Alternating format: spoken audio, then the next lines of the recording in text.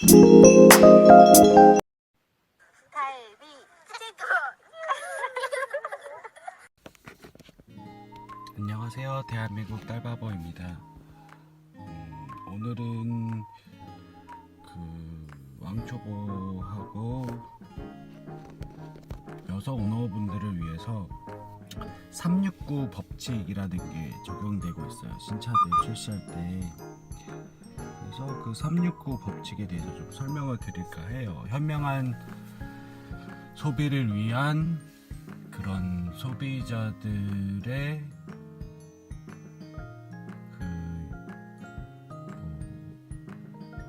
최근 유행하는 게 스마트 컨슈머라는 이제 용어가 있죠. 그래서 대표적인 예로 그거예요. 그 유튜브 채널에서 이제 가전주부님 채널을 이렇게 보면은 그 현명하게 이렇게 소비를 할 수 있도록 뭐 제품들에 대해서 리뷰도 해주고 그런 영상을 하는데요. 저는 이제 뭘 설명을 드릴 거냐면요. 예를 들면 신차를 이제 구입을 하려는 소비자분들이 계시거나 아니면은 차를 샀는데 뭐 틴팅이라든지 아니면 각종 주변기기라든지 아니면 뭐 업그레이드를 하고 싶은데 그거를 어떻게 언제 무엇을 해야 될지를 고민을 많이 하시는 것 같더라고요. 그래서 참고로 369 법칙을 좀 먼저 설명을 드릴게요.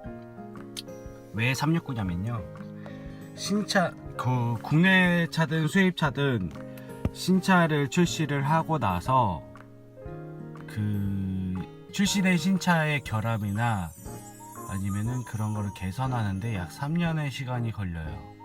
그러니까는 국내 고객분들의 니즈를 충족하기 위해서 신차를 출시하긴 해야 되는데 그거를 이제 완벽하게 안전성이나 아니면 세이프티라든지 이런 거를 검증된 신차를 내놔야 되는데 그게 안 되는 거죠. 이제 급하게 그 국내 소비자층의 니즈를 충족하기 위해서 신차를 출시를 했어요. 근데 신차가 검증이 안 된 상태에서 그러면은 신차 출시하고 1년하고 2년 사이에 고객분들은 어떻게 되냐면 그 말 그대로 시험을 회사에서 안 한 거를 소비자들이 구입을 해서 신차 출시 후 1년, 2년 동안은 거의 이제 그 차 검증을 하는 그런 무슨 연구원 같은 존재예요. 그 제조사에서는 그렇게 생각하는 것 같더라고요. 그래서 각종 결함이 생기거나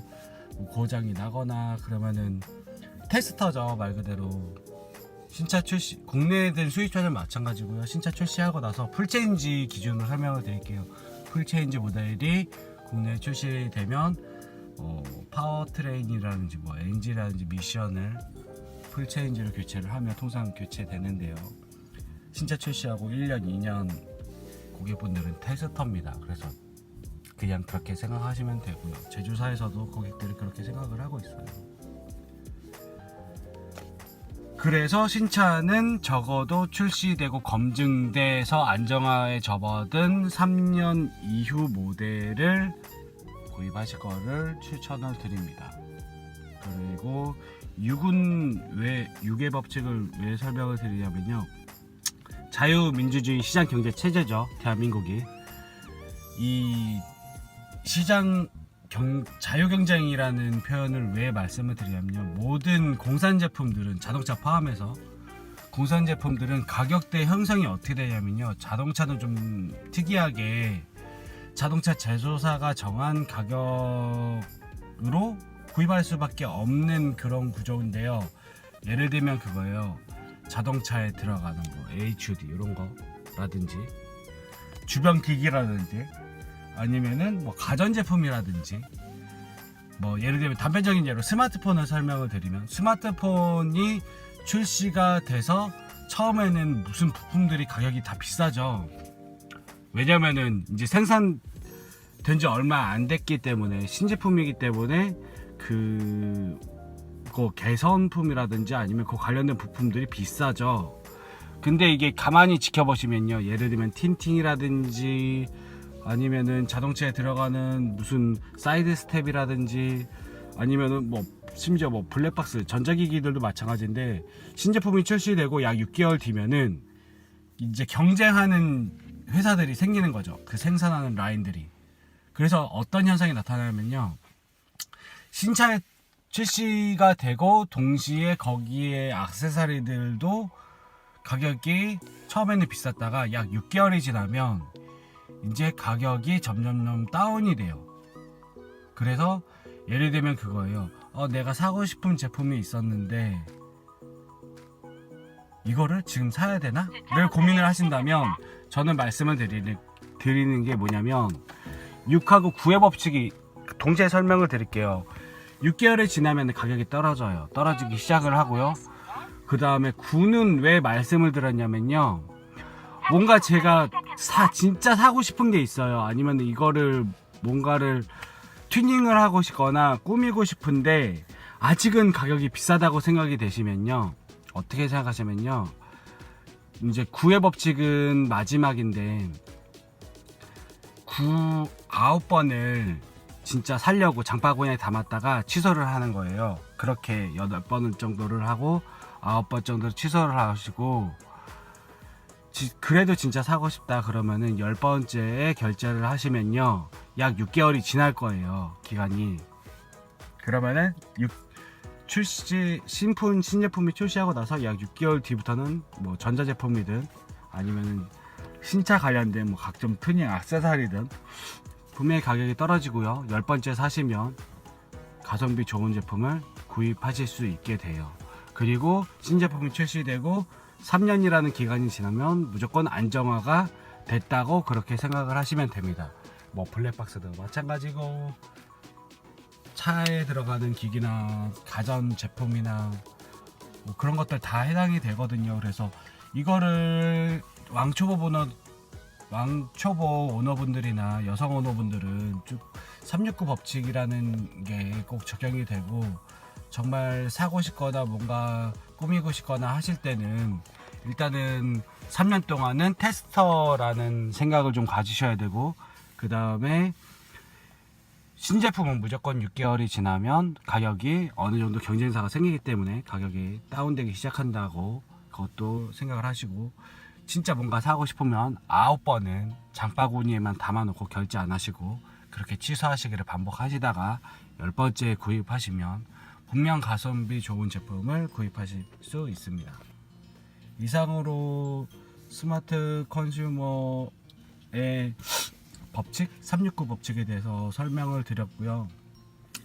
지금은 뭐 예를 들면 그거죠. 제가 그러면 차를 도대체 어떻게 관리를 하고 있는지 궁금하시는 분들이 있는데요. 좀 설명을 드릴게요. 저도 뭐 자칭 스마트 컨슈머긴 하지만 저는 뭐 보면은 이게 뭐지? 이런 책에다가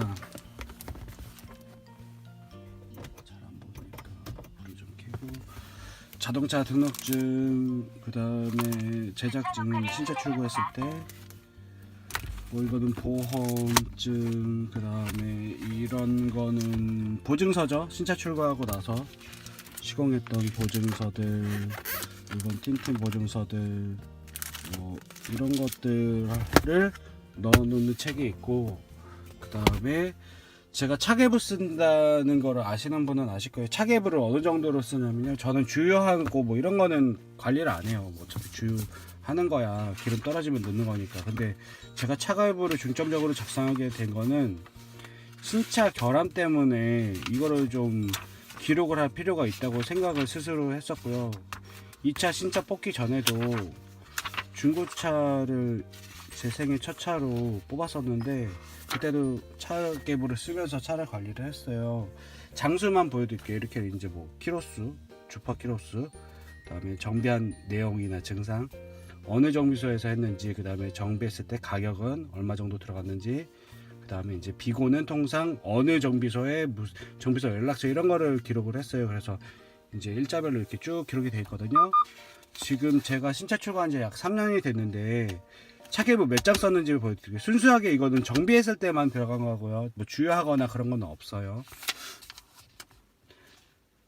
1장, 2장, 3장, 4장, 5장, 6장, 7장, 8장, 9장, 10장, 11장, 5장, 12번째 장을 이제 써야 되거든요. 총 11장을 지금 기록을 하고 있는데, 마지막에 뭘 기록했는지 제가 좀 설명을 드릴게요. 마지막 가장 최근에 정비한 게 보면은 5월 28일이래요. 연료펌프 로코암 커버 브레이크 오일 교체했네요. 보니까 그래서 무슨 부품들을 이렇게 교체를 했고, 그 전에는 이 증상이 뭐가 있었는지를 72,000km에 어떤 증상들이 있었는지 자세하게 보면 트렁크에서 그 딸깍딸깍 소리 나는 거, 그 다음에 시동이 불량했던 거, 증상이 있었던 거를 기록을 했고, 주행시 끼릭 소음 나는 거, 핸들 돌릴 때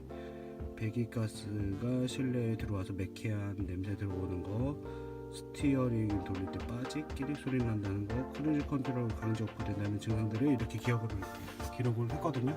그래서 거기에 대해서 이제 증상을 설명하고, 밑에 정비했던 내용들을 돼 있고, 그 다음에 정비소 예약 돼 있어서 이제 가기는 가야 되거든요. 정비소 이런 것들을 이제 기록을 했어요. 그래서 이거를 항상 차에 넣어놓는 거죠. 차에 넣어놓고 기록을 하고 그렇게 차량을 관리를 하고 있거든요. 그래서 스마트 컨슈머가 아니시더라도 뭔가 이제 신제품을 구입을 하거나 자동차를 꾸밀 때 아니면은 그럴 때 도움이 되셨으면 좋을까 해서 이렇게 짧게 영상을 찍어봤고요. 궁금하신 거 있으면 댓글로 남겨주시면 제가 언제든지 아는 범위 내에서, 아니면은 그런 것들을 르노 삼성 정비소에 계신 점장님이나 파트장님들께 여쭤봐서 답변을 남겨드릴 테니까요. 많이 도움 되셨으면 좋겠습니다. 이상으로 짧은 노하우 꿀팁 영상을 마치겠습니다.